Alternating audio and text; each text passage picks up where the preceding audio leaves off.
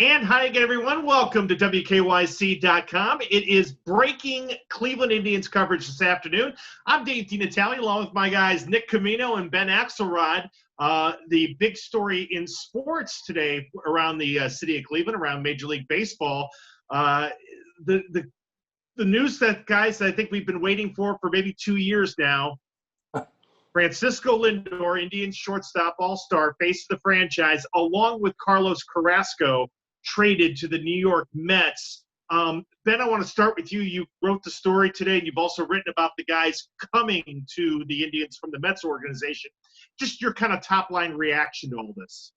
Yeah, a lot like you said, this is the day we've been waiting on. I mean, this is dating back to I came to WKYC in 2017, and Francisco Lindor trade rumors have been a constant portion of my diet here in terms of what I'm writing at WKYC. And, it got to the point where last year was really, after the end of the 2019 season heading into 2020, that was really, the year where it was like, okay, these rumors are going to start to become rampant. Are they going to keep him? Are they not? Then the coronavirus pandemic obviously threw everything into flux.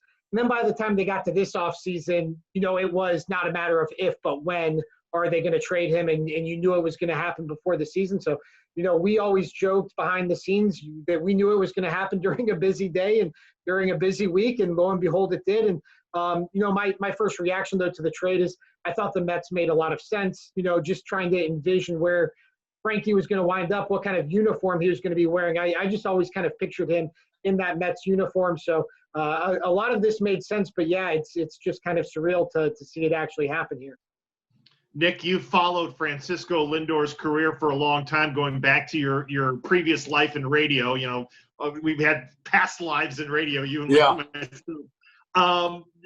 It's not just an all-star, and obviously we'll get to Carrasco as well in a second. It's not just an all-star. This young man has been the face of the franchise 5-6 seasons now. Yeah, I mean, guys, it's not new though. We've seen this not only with the Cleveland Indians over the years, we've seen it with Major League Baseball. I mean, when you see it, I think Ben was tweeting about this earlier, and I couldn't agree with him more. This is the model that is Major League Baseball, and I think sometimes Cleveland fans, and I'm not making fun of them. It just is what it is. Sometimes you get caught in the Cleveland bubble a little bit, and you don't notice that, hey, in a lot of middle to lower markets, outside of New York, Chicago, Boston, L.A., this is happening elsewhere. I mean, look at the Tampa Bay Rays. They traded Blake Snell. This is something that has happened across Major League Baseball. So I'm not sitting here sticking up for the Dolans. I'm not sticking up for the Indians. They don't need me to be their defense attorney. Saying that, I mean, this is just the reality of Major League Baseball. It's unfortunate. It's disappointing. But, and Dino, I know you've heard this before too. I remember a conversation I had with Mark Shapiro years ago when he was still the Indians GM at the time, not even the president. He said, when you're in this market size, whether you like it or not, this is just how it is. When you're in this market size, you have a window of opportunity. And if you look back on that, and I know some people didn't like what Shapiro had to say at different times, but that is so true when you think about a window of having a chance to win it. The Kansas City Royals, they had their window, they won it. The Indians, if you think about it, they had their window. I mean, they went to the World Series. 2017, 102 victories. They should have beaten the Yankees. They got knocked out. They probably could have won the World Series that year. They've had a legit window. Andrew Miller trades. I mean, they've gone for it. They've spent. Now, that window is shut. And I know fans don't like to hear it, but that's the reality of what we saw today. I think one thing I've been thinking about along those lines is we think about the 90s Indians, right, as like this golden era of Cleveland baseball. The 90s Indians were 1995 to 1999, to 2000 maybe. This era of Indians baseball is 2016 to 2020. I mean, it's a very similar time frame. And I think if there was, one fault of Francisco Lindor from the Indians' perspective, it's that he was too good too quickly. And it allowed him to turn down a $100 million contract after his first full season in the majors in 2016. And once he turned that contract down and the Indians weren't going to be able to get him on a team-friendly deal, like the clock started ticking. And the Indians basically took it all the way down to the very end here, to the point where they had to trade him or they had to risk losing him for nothing at the end of the year. Yeah, that's exactly Ben, were right. you surprised? Go ahead. I'm sorry, Nick. Go ahead. I was just going to say, I mean, they've drafted and developed impeccably well, and Lindor is one example of that. So you're right, Ben, and I just think that this day was coming. It wasn't a matter of if, it was when, the entire time.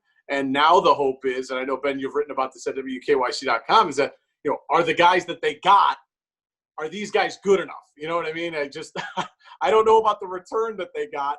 Do they have major league ready guys? I think so, but, you know, is this a good return? Still to be seen, I think. I was thinking about this with Tyler Carey, one of our other digital sports guys. You know, if you think about in the Dolan era, when the Indians have made these kinds of trades, when guys are basically outpriced the market. Now, Bartolo Colon was the anomaly because you'll never get a return like that again. You know, Cliff Lee, Brandon Phillips, et cetera, et cetera. You know, Brady Sizemore. You're never going to get that again. But, you know, when they traded CC Sabathia, they at least got Michael Brantley back, who turned into an all-star caliber player. When they traded Cliff Lee, they got Carlos Carrasco back, at least an all-star caliber pitcher. I mean, you're trading now Lindor, all-star face of the franchise, and Carrasco, obviously popular, coming off of everything he went through from a health standpoint. One of these four guys better at least have an all-star next to their, you know, name. Otherwise, this trade is going to be absolutely destroyed by, you know, all accounts. Yeah, you know, I don't think we'll probably look back on this trade, and like you said, you know, that Bartolo Colon trade and some of those trades the Indians were able to make, you know, a decade or so ago, 2 decades in some cases now, those were kind of the gold standard for, you know, what you want to do when you're trading a star player. I think the Indians' model has kind of changed. I know you want to get those big stars. I think the Indians, they're really focused on getting guys under team control, and 2 of the guys they got here, Andres Jimenez and Ahmed Rosario, they're under team control. They're major league ready. I think back to the Trevor Bauer trade 2 years ago where they get Franmil Reyes, the Corey Kluber trade, you get Emmanuel Clase. You're just trying to take a bunch of different swings and hope you can put together, you know, a full-on major league roster with, you know, maybe not all high-end all-star caliber guys, but more fringe, you know, all-star caliber guys. So, yeah, I mean, the other thing I think, though, when you look at the return for this trade, I don't think it can be overstated. It's just how much the coronavirus pandemic affected the Indians. You go back to a year ago, you know, and Nick, you would know better than me. I think if last season played out as you know, a normal season with no pandemic, they play 162 games. I think there's a good chance we would have seen the Indians deal Lindor at the trade deadline. Yeah. At least they would have had the option to, based on how their season was going. The fact that, you know, they didn't really play a full season last year. The trade deadline was a month into the season. I think it really shrunk the Indians' window to make this deal, and it shrunk their leverage in the sense that everybody in baseball knew that they were going to have to make this trade. So, you know, the thing about trading a player who's coming up on one of these major mega deals is the longer you hold on to him, the more teams know that you're going to have to trade him. And because of the pandemic and everything, the Indians were in a position where baseball kind of knew the cards that they were holding here. Yeah, and I think even more so, the pandemic is going to really, you know, spotlight teams and the way that they do business. Not that has changed too much for the Indians, but I mean they've claimed to have lost a lot of money through you know, everything that we've seen with COVID-19. So guys, they might not be done yet. You know, I've seen some of these numbers out there, the payroll numbers, $38 million, $40 million for a team. I mean, that's crazy in baseball nowadays, but I don't know that they're done shedding salary yet because, like we said, they went for it. There's been times where their payroll was north of $117 million. So now this is that era now that we're approaching here the next couple of years where they're going to try to, you know, compete but rebuild at the same time. Who else might be on the block, Nick? You know, I just think, yeah, I mean, I know they have some team-friendly contract guys. I mean, guys like Ramirez, I don't think is going anywhere. Guys like Bieber, I don't think are going anywhere. But You look at some of those arms out of the bullpen, or I guess offhand, I'm not thinking of guys right now, but I'm just thinking, I just think this club's going to look a lot different next year than what we're used to, and they might not be done yet. Yeah, I mean, I think it already does here look. with Yeah, I was just going to say it already does ahead, look a lot different. You're going to have a new first baseman, a new second baseman, a new shortstop, third base. Hopefully stays the same. Catcher hopefully stays the same. But already, I mean, this lineup, I'd like to go back to the last day of the 2019 season and look at that starting lineup and compare it to what we're projecting here for 2021, because it's pretty crazy how much has changed here in the course of just basically one calendar year. Guys, I think the Indians only made one mistake when it comes to this trade. They didn't do it at 8:15 on Sunday night. Which would not have been out of the realm of possibility that something like that could have happened. As soon as that ball was kicked off, I would have, boom, trade done. No, I mean, we've had like a pool basically. Like every time we have a Mike DeWine press conference, we go, okay, when's it coming? It's coming. There it is. Yes. Just crazy. As far as Carlos Carrasco, obviously it's another example of having to shed payroll.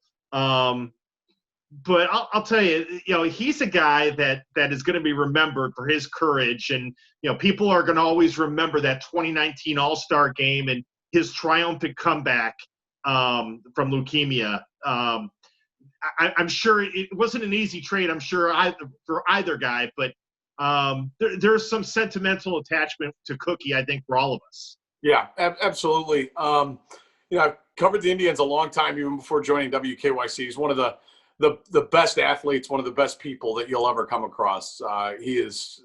Carrasco is top flight, number one. He's terrific. And he's just so accommodating to the media and so professional with fans and everybody. So, he will be missed. Guys, I was surprised by the number of people that reached out to me on Twitter today and were saying, man, I expected Lindor to be traded, but the fact that Carrasco's in the deal is like an extra punch in the gut. And there was more than like two people that sent that to me. And I just thought to myself, wow, this was a guy who really had a connection to Tribe fans. And Dino, I think you're spot on. This is a guy who not only, contributed on the field, but what a journey for him off the field with everything he went through. Yeah, I mean, I got the same tweets, and that was, everyone was bracing for Lindor, whether you liked it or not, and not a lot of people liked it, but I think more people understood that. I think it was the Carrasco thing that, like you said, was kind of a punch in the gut. And, I go back to last year just from a baseball perspective here, because I can't say it any better than Nick just did as far as what Cookie meant to this team. But there were rumors. I remember I wrote a story there. There was a report that the Indians were going to package Lindor with Clevenger, and that drove people up the wall, because they were saying, we're already trading Lindor. Why are we also trading Clevenger? And I think the baseball idea behind it, in addition to obviously, cutting salary, is you're trying to maximize the return you're getting for Lindor. And the Indians, say what you will about holes on their roster in the outfield or where have you, this team can develop pitching. So, you trade away Carlos Carrasco, you still have Zach Plesac, you still have Aaron Savali, you still have Tristan McKenzie, obviously Shane Bieber as well. This is a team that needed to open up some spots in the rotation to get the young guys in there as well. So they're going to miss Cookie in the clubhouse. They're going to miss Cookie on the field. But I do think this team still feels good about its starting pitching rotation heading into 2021. Ben, I know you and I saw the same tweet from John Heyman, and both our eyebrows kind of went up. That the fact that apparently at one point the Indians offered, according to John Heyman, MLB.com, the Indians offered Francisco Lindor a contract of around $200 million. That's the first time I'd ever heard of that. I kind of went, really? Yeah. I hadn't heard. That doesn't sound like the Indians team that I know. Yeah, I mean, we still, I guess, would have to see how many years it was over. But, the only figure that had been out there was they had offered Lindor, I think it was a $100 million contract after 2016. Once he turned that down, like I said, I thought that was when the clock started ticking toward arbitration and toward probably his final game with the Indians. But yeah, I mean, this is the first time we've seen that $200 million figure, and Lindor's looking for $300 million plus. Understandably so. That's kind of the going rate for guys in his, on his level in baseball. So these two sides, they just weren't going to meet. There wasn't any compromise to be had here. But yeah, it was certainly interesting to at least finally get some insight into what these negotiations look like, because as recently as a year ago, these two sides were talking extension. And I guess as we wrap up, because I know, Nick, you've got to run here in a second. To me, I always think about the opening day. I think it was 2019. I'm kind of with you, Ben. Lindor and covering this has been just remembering all this. But when, around that time when Paul Dolan essentially kind of told all of us to, hey, enjoy them while you have them. At that point, I was kind of like, yeah, this is a fait accompli. This is happening. And I guess it really was only a matter of time as we think about it now. The problem with Paul Dolan is he was too truthful. People didn't want to hear it, but he actually was telling the truth. I just think he could have said it a better way. Yeah, I mean, this is baseball. This is the system that's in place. There's no salary cap, and there's arbitration. There's all these factors involved, different revenue, all that. This is baseball. But yeah, I mean, that was. I think a lot of fans, I posted a picture of this canvas I bought for my son's room before he was born, and it's a Francisco Lindor canvas. And thankfully, it looks just like a generic baseball player, too. It doesn't necessarily, have Lindor's name on it or the number 12 jersey or anything. But, I think for a lot of Indians fans, there was a lot of wariness about buying a Lindor jersey. There was a lot of wariness about buying a Lindor T-shirt because, at a certain point, I think you kind of knew that it was going to have a shelf life, and lo and behold, that shelf life was good up until January 7th, 2021. And the other thing I think about, Nick, as we wrap up, when you have a chance to win a World Series and when you're ahead in Game 7 or, when you have that opportunity, when you're ahead in the series, you got to do it because nothing is promised. Nothing's guaranteed. That's exactly right. I mean, I'll tie in the Browns again. I know that I kind of feel like they're going with a house money approach now into the playoffs, but I've always said, hey, when you're there, even if you don't expect to be there, you got to win because you don't know when you're going to get a chance to go back. It's well put, Dino. Yep. Guys, great stuff. Ben has plenty of coverage for us at WKYC.com about the trade and about the guys the Indians got back in return. Again, Carlos Carrasco and Francisco Lindor traded today from the Cleveland Indians to the New York Mets. And, of course, there'll be coverage tonight, all on 3 News, starting actually right now on What's New. Guys, good to see you. Look forward to doing more of these types of shows, hopefully with exciting news here down the line here. But always a pleasure to see both of you guys. It was fun. Thanks, guys. All right. For Nick Camino, Ben Axelrod, I'm Dave DeNatale. Thanks for watching, everyone, right here on WKYC.com.